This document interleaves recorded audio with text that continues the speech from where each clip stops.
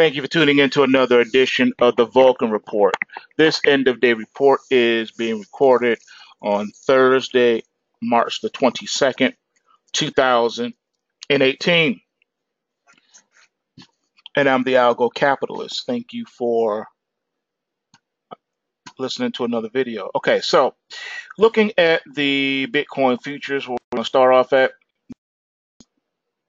market retreated from that rally mode from the day before and is now, slipping deeper into the abyss. As you can see here, market needs to close above 93.61 tomorrow in order to put an end to this. Now, we know that with the volatility of Bitcoin, all things are possible. All right, it can move 10,000 bucks in a day. We don't know, there's no limit. But right now, as you can see, the market is dangerously close now to retesting this low. As you can see, the market's coming down. All right, if you pull up on the daily chart, you get a little bit clearer picture of what has been going on. And this is one of the things that I was afraid that might happen. And this is the sell-off on the rally. See, the market rallied back up toward the trend line, and then it started selling off, just like it did back here. So you're having a redo of this. So the next leg down, all things being equal, could be quite devastating. I don't even want to say what the price could be if the momentum picks up to the downside. But because you guys know I keep it real with you as far as what things happen. Why start now? I can't front with you. I got to give you the real. I got to tell you what's up. All right, so the market right now, all things being equal, unless something changes, okay? Unless something changes between now and then, the market is looking dangerously close to falling. Dare I even say it? I'm going to say it. All things being equal, this market could fall below 1,000 before this is all over with. It could fall below 1,000, folks. Will the cavalry come and rescue the market before then? We're in a well-defined downtrend on the daily and weekly chart. Something going to have to give. The market's going to have to put in a bottom and reverse. It needs a good momentum play. It tried to do it back here, and it did it for several days, but then it got sold. Just like here, it rallied for several days, then it corrected a bit, took off again, and then it's been sold. It's like back here, rally and was sold. So it's struggling, folks. Needs something to some kind of story or something to get this thing going, because right now the momentum is just not there, and the bears are circling the wagon and ready to pounce. Let's take a look at the Dow. All right, negative momentum seems to be all over the place in these markets. All right, you can see the Dow just really is moving further and further down. It looks like we're going to lose momentum this week, and the market's headed toward the trend line of 23,060. 23,060 is in play. That's more than a 700-point drop from here. All right, the market can do that in a day. It was down 700 and something points today, so that's nothing in this market, right? So we'll see, but it probably will recover once you get out to here. Probably start bottoming up in May and trying to recover. I don't know. As long as everything stays north of the Kumo cloud, the market can still do what it's going to do. But if it drops below the Kumo cloud, then you know what that is. But right now, the market is is losing momentum rapidly. You need a close tomorrow of 24,804 to put in a short-term bottom. And I have to tell you, it's not looking like the market is quite ready to do that just yet. Even as we speak, the Dow futures is down another almost 200 points. All right, so it is what it is until it's not. So selling pressure is still there in the Dow. Looking at the NASDAQ 100 futures, down another 51 points as we speak. Not quite as bad as the NASDAQ, it's the Dow, but it's going to catch up. Already breaching the 66, 63 half trend line support, and now the 61, 61 half long-term trend line support is in play. Losing momentum, needs to close tomorrow above 68.90 in order to put in a short-term bottom, and it doesn't look like that is quite going to be possible. So this one is, like I said, not quite as negative as the Dow is. All right, this still is maintaining its bullish complexion regardless. All right, the NASDAQ is likened to a person who's experiencing indigestion. All right, on the outside, they have a smile on their face, playing it off, but on the inside, a war is raging in the gut. And that's what's happening here. War is raging in the gut, but the outside complexion is smiling, still bullish. All right, so what's going on with Facebook? Facebook is being punched in the face for many reasons. Right now, there seems to be a fundamental reason, and it's dropped below the trend line support of 166.52. Therefore, this one is in jeopardy of falling into the Kumo cloud, of whence there is no escape. A $1.40 is now in play because it breached the trend line support. So a $1.40 is now in jeopardy and in play as a profit target on the shorts in Facebook. Unless something happens, that's what we're looking at, folks. And as it seems right now, market needs to close above 177.35 tomorrow to put in a short-term bottom. Fair to do so means that we're nowhere near the bottom, and this is only the beginning, and the downtrend channel will start to arc downward, putting more pressure on prices. Looking at Chipotle. Chipotle tried to get a little bit of leg today, trying to get close to that trend line resistance, having a rough time with 343.63. All right, and the market needs to close above 320.33 tomorrow to put in a support for continued rally into next week, and that's what it looks like it's going to try to do here. So this one's looking interesting, but it's going to hit its head at 360, around the 360.61 levels, the bottom of the Kumo cloud, of whence you will probably see selling. So this one is looking interesting. It's really trying to build on the momentum. So we'll see how much thunder it can get behind it. If it gets enough behind it, you're looking north of 400. But as it still is right now, we're below the Kumo cloud. But you do have a momentum case that is building right now. So we'll see if Take Back Friday will change things a bit or not. All right, I tried to pull this up before and had a darndest of a time doing it. So let me try this again. This is for You Know Who You Are, live cattle futures. This is for you. I haven't done one of these for you in some time. You know who you are. All right, live cattle futures, as you can see on the weekly chart, above the Kumo cloud right now, trend lines and price, but we have a declining momentum reading. All right, downtrend channel, losing momentum. This chart is likened to the Dow, as a matter of fact, right now. The 119.16, and I know, if I remember correctly, the cattle trades in nickels, so you just have to round that. But anyway, right now it's looking like the market is having having a problem with that. That trend line has been breached, it's been bested, and the market seems to be picking up downside momentum as well, and it's threatening to lock in. If we get another down week next week, this one's in danger of definitely topping out and falling below the Kumo cloud.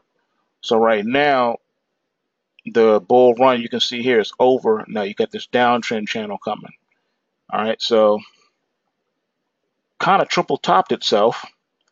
Look at here. Here you closed at 128.30, and then here you closed at 127.32. Not quite. And then we try to come over here and do 127.77. So just couldn't do it, you guys. All right. Failed here, failed here, failed here, and now it's headed back down again. So live candle futures is looking a bit lean here. All right. It's like selling is picking up. So we'll see if we can find some kind of footing and do a nice key reversal. But unless it closes above 122.12 tomorrow, that's not going to happen. All right. As a matter of fact, that's impossible for it to happen because this is one of those futures markets that has lock limit moves. And I believe it's 2 points. If it's still 2 points, it's been a long time since I've traded live cattle futures, but it may be, I think it's still 2 points. If I remember, I don't know, it's been so long since I traded, but the last time I traded, it was like 2 points.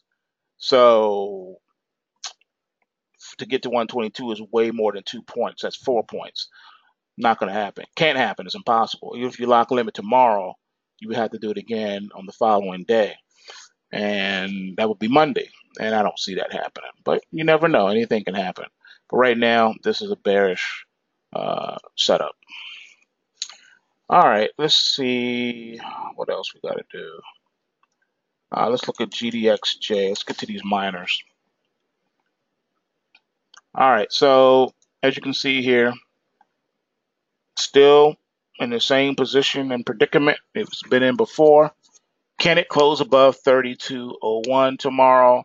So far, so good. You're at 32.07 close today. Just needs to maintain that in order to open the door for hope. All right. So this thing could put in some kind of a bottom and reverse course. Downtrend channel seems to be very powerful. All right. 1, 2, 3, 4, 5, 6. If it fails, this will be the 7th week in a row, folks. All right, that's like a month and a half, man. Almost 2 months, basically. That's almost 2 months, man. That's just sideways channel. Nothing going on here. All right, so we'll see what it can do. All right, it's going to need to do something tomorrow. Tomorrow's Take Back Friday. Let's see what happens. All right, let's look at the financial sector. Financial sector is moving with the Dow, falling out of bed here, lost momentum. A close below 28.79 tomorrow will open the door for further downside. And then you have your trend line support of 26.32 in play for next week. Let's ride hither. All right, let's see here what else we got. Let's go to the bonds. Let's look at these bonds. All right, bonds are in play. All right, the market broke out just like I told you it was. This was on our watch list, one to watch. Bonds did break out north of 145. Okay, you got to 145.16 so far, and a close above 144.08 will cement the deal and open up the gates for a run next week, a 2-point run possible up north of 147.15. So this one is definitely looking ripe for rally mode. Looks like we have put in a short-term bottom. Let's see if this thing can keep things going and really stage a comeback. That will be really good for the bullish argument. And if enough bears get short squeezed and have to cover, then that will be good too. That'll help give some more bounce here to the bonds. And you know what that means? Lower yields are a coming. All right, lower yields are a coming. Now, what does this mean for those that are shopping for mortgages? It means don't lock in your rates. Don't lock them joints in. Float them. You can float them because the rates are going to be lower. All right, here you go, right here. Yields are dropping. Yields are dropping. All right, what else we got here? Let's look at gold. All right, gold is trying to do something. It's trying to stay powerful. All right, a close above 1325 tomorrow would seal the deal and open the door up for another run toward the top side of the range here, getting up there around the 360 level. So possible $30 move for next week would be possible. All right. Looking at silver. All right. Silver still struggling, needs to close above 1650 tomorrow. All right, that's all it needs to do. It's only about a nickel away, so it is possible it can do it. The question is, will it? Will it follow gold, or is this one going to roll over on us? 1650 is all it needs, folks, and then it can run back up toward the 17 level. It is possible. We just have to wait and see what happens. All right, let's look at the equity side of things, looking at GLD. GLD just needs to close tomorrow above 125.55, and likewise, it can run toward the north side of its range, north of 128 is possible for next week, and we'll see what happens. Looking at SLV. All right, SLV. Same story, needs to close above 1555 tomorrow. All right, it can do it. It's only 11 cents away. It is possible, but silver's been under so much selling pressure. It's just going to be hard. All right, it's going to really need to get some bulls excited to move this market, because right now it's just not happening. All right, looking at nat gas. Natty gas, looking at the nat gas, falling off a cliff, selling pressure picking up. If it closes above 271 tomorrow, then it puts in a short-term bottom from which it will retrace back north of 283. That door will be open for next week. It is possible. Failure to do so, selling pressure could heat up next week and drop this thing below 240 easily. All right, taking a look at crude oil. Crude oil is $62.35 is what you need to close tomorrow to keep the bullish momentum door open. All right. Looks like 66.65 is in play, which is the old high, and that's in play for next week if this market can close strong tomorrow. All right.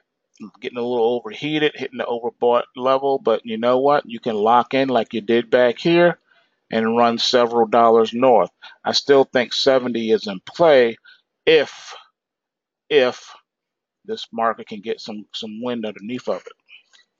All right, so looking at the equity counterpart on this one, which is DIG. All right, DIG is just not playing ball. It's not moving the way you would expect based on crude oil's movement. So right now, DIG, it needs to get above 34.79 in order to open up the door for the possibility of trying to climb out of this Kumo cloud. In the meantime, Doug is where it's at. All right, Doug is saying nope.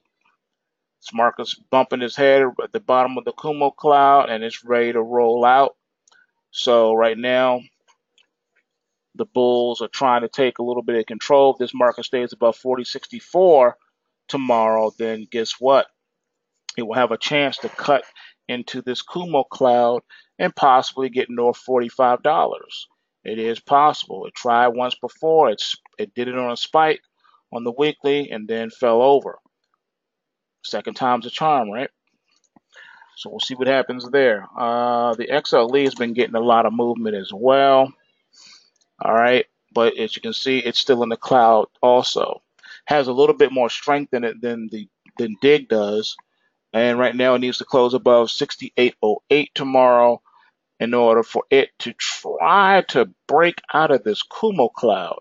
If it does, it could get possibly north of 72. So we'll see what the XLE can do. All right, the SVXY is just, I've given up on that for right now. It's just dead right now. It can't do nothing right now. So I'm not even paying any attention to it. I was hoping for that quick dead cat bounce to try to fill in the gap. All right, and it's just not cooperating. We've been, look how long. Look at this. Weeks out. We've been weeks out, and it's not lifting. It's just not doing what it needs to do. Looking at the UVXY, not looking good either. Well, it's looking better than its counterpart. It's kind of moving up right now. The volatility market, it's broken, folks. It's just in shambles, to be quite honest with you. It's broke. All right, no trends, no nothing. It looks like a heart monitor. It's just all over the place. Nothing's happening, and it's just not even worth the paper it's printed on. The ProShares did they put out a thing. I read it, and they basically said, you know, that there's a possibility that these things can go to zero. That's what it said. It said the SPXY can go to zero. So with that being said, you know what? I say forget it. This is not cooperative. This market is just jacked up. So therefore, I could care less about it at this point. Looking at the US dollar, on the other hand, the US dollar trying to do something. It really is, but it's stuck on a daily right below the Kumo cloud, bumping its head on that resistance. And it's, kind of struggling. But if you look at the bigger picture, which is the weekly, you see your flat line at this point. All right. But technically, the market's doing what it's expected to do, oscillate between 89 and 91. All right. That's the Trump channel. All right. That's the Trump channel in the US dollar. All right. That's the White House policy. That's what they need for this economic plan to work on the import export front. And that's just what it is. So I see this staying this way forever. 1, 2, 3, 4, 5, 6, 7, 8, 9, 10 weeks in a row. And there you go. That's what manipulated markets look like, folks. 10 weeks in a row, and the market's not doing anything. It's just doing what the White House needs it to do. So that's what they're doing. This ain't trading. This ain't real trading and traders getting in there and battling out and buying and selling and vying for position. No, this is the White House just controlling this market, just like the Fed when they controlled the bond market before they took their foot off the neck of the bond market. All right, this is what it looks like, folks. All right, so I think I've covered everything. Unless there's something you guys want me to cover, let me know in the in the comments below, and I'll add that to the list for you.